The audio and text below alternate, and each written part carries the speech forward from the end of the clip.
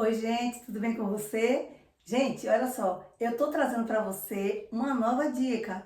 Só que essa dica você vai adquirir mais conhecimento, tá bom? Por que eu digo isso para você? Porque eu tô tendo experiências maravilhosas, tô adquirindo muito conhecimento através disso que eu vou falar para você agora. Início do ano, né? Janeiro já se foi, hoje é o segundo dia do mês de fevereiro, ainda dá tempo, corre que ainda dá tempo de você fazer seu ano bíblico. Por exemplo, quando você fazer seu ano bíblico, adquire um caderno e uma caneta para você anotar no tudo que você ir fazer a sua nova descoberta. Por exemplo, hoje eu comecei a ler o livro de Êxodo, capítulo 2, onde vai falar sobre a história de Moisés. E a descoberta que eu fiz é que Moisés não foi colocado diretamente no Rio Nilo. Você sabia disso? A história fala que foi colocado no Rio Nilo, né? O pessoal fala isso. Mas existem algumas coisas, alguns aspectos dessa história que você precisa conhecer e eu quero transmitir para você. Vai demorar um pouquinho, não tanto, né, gente? A gente tira tanto tempo para fazer outras coisas, ficar diante da televisão, celular, assistindo outras coisas, entendeu? Também, que também é bom também, mas essa coisa aqui é muito importante, tá? Tem um pouco de paciência. Olha só, a história de Moisés foi assim, aquele Moisés que abriu o mar vermelho, mas desde bebê ele passou uma grande luta.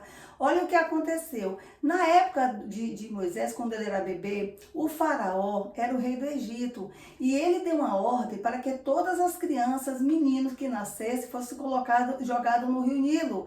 Ou seja, ele deu a ordem às parteiras para que quando os meninos nascessem, fossem jogados no rio, porque ele tinha ciúme, porque o povo de Deus, o povo hebreu, estava aumentando muito. Então ele tinha medo de algum daqueles meninos ser o rei, então ele mandou matar. Só que quando ele chegou, perguntou às parteiras, quando os meninos nasciam antes, aí ele perguntou, vem cá, eu não dei ordem para vocês matarem os meninos quando nascesse? Ela falou, não, é porque as mulheres hebreias são muito fortes, quando nós chegamos lá, são muito saudáveis, quando nós chegamos lá, a criança já nasceu. Então o rei furioso, né, o faraó furioso, deu ordem para jogar todos os recém-nascidos dentro do rio.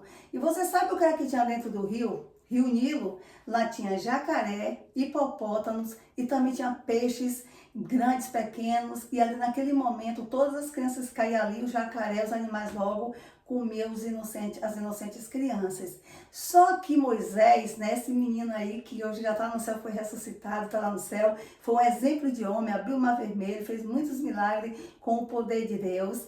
Foi o que aconteceu com esse menino. Quando ele nasceu, quando ele completou 3 meses, os pais dele, que era da tribo de Levi, eles fizeram o quê? Pegaram aquele garoto que já não podia mais esconder com 3 meses e eles pegaram fizeram um barquinho, pegaram uma planta chamada junco, que é quase idêntico ao papiro, e aí pegou betume, revestiu todo aquele cestinho, aquele cesto e colocou o menino dentro, mas não foi no Rio Nilo. Ele colocou o menino na margem do rio, tá? Isso está escrito lá em Gênesis capítulo 2, que foi colocado na margem do rio. E aí, qual a diferença do rio Nilo para a margem do rio? Vou explicar para você. Na época do mês de junho e mês de setembro, sempre tinha uma chuva muito forte lá no Egito. E aquela água ali inundava, né? Inundava o rio, enchia o rio, que inundava todas as áreas ali próximas. E nisso ali se separava a quantidade, quando o rio ia secando, quando a água ia baixando, ficava aquelas quantidades de água, tipo uma lagoa. E nisso, o que é que acontecia? Com tudo que a água vinha, que a água, o nome, que enchia, também aqueles lugares também vinha crocodilo, vinha todos os peixes, hipopótamo também, parava ali também, que inclusive aqueles jacarés ali, no caso, ali além do rio, que já era o espaço dele, ali quando a água enchia, eles vinham também, que era um perigo para as crianças, para os animais, entendeu? Os animais domésticos e também os animais, o ser humano era um perigo, tá? Mas Deus sempre protegia. E aí aconteceu que naquele momento ali, eles pegaram o menino, colocaram na margem.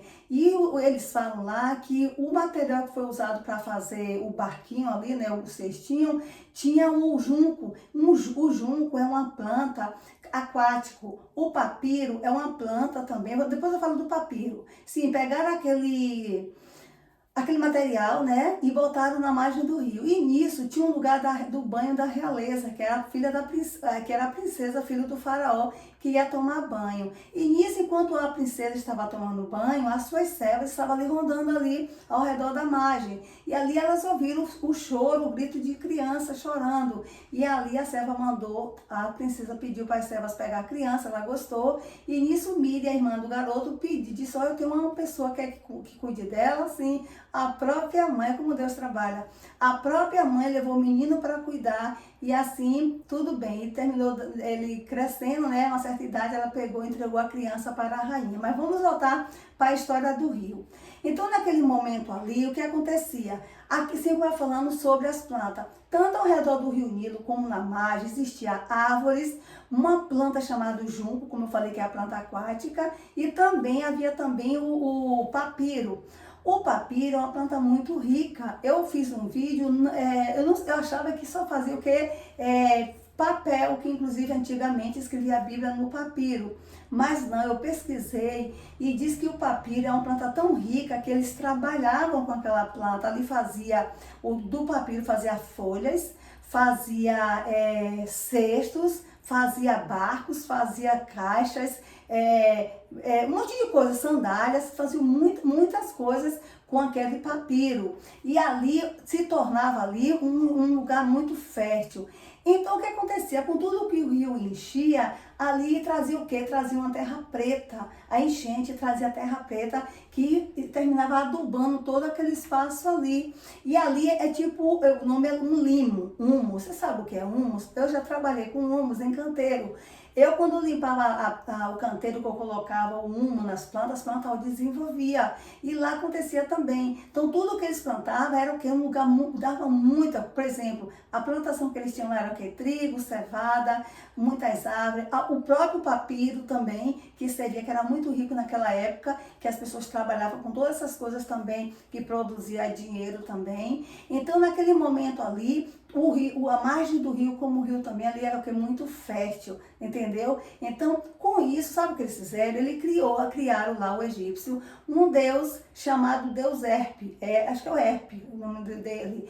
Então, qual a imagem desse deus? Ele é um deus com a cor verde ou então azulada, representando o que é a cor do verde das plantas. O azulado da água também, né, que fica aquela cor azulada. E também com a barriga grande, com os seios pendentes, mostrando que é a fertilidade.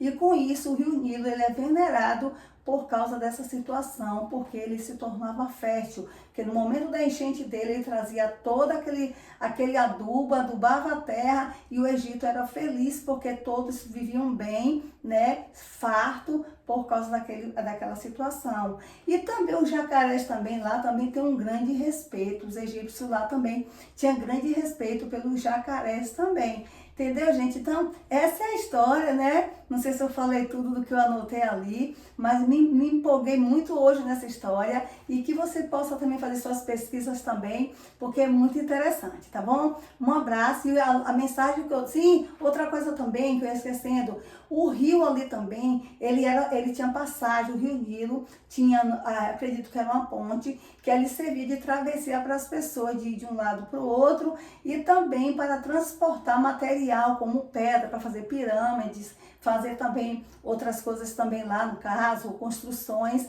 Então ali tinham o rio Nilo é muito respeitado, tá?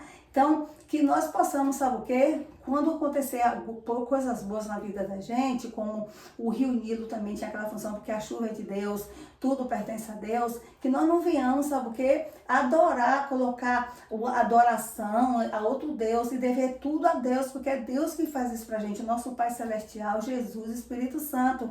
E não devemos criar coisas para dizer que aquela coisa é responsável pelaquela bênção que você está recebendo, tá bom? Um abraço e lembre-se sempre de adorar o Criador, que é Ele que cria todas as coisas.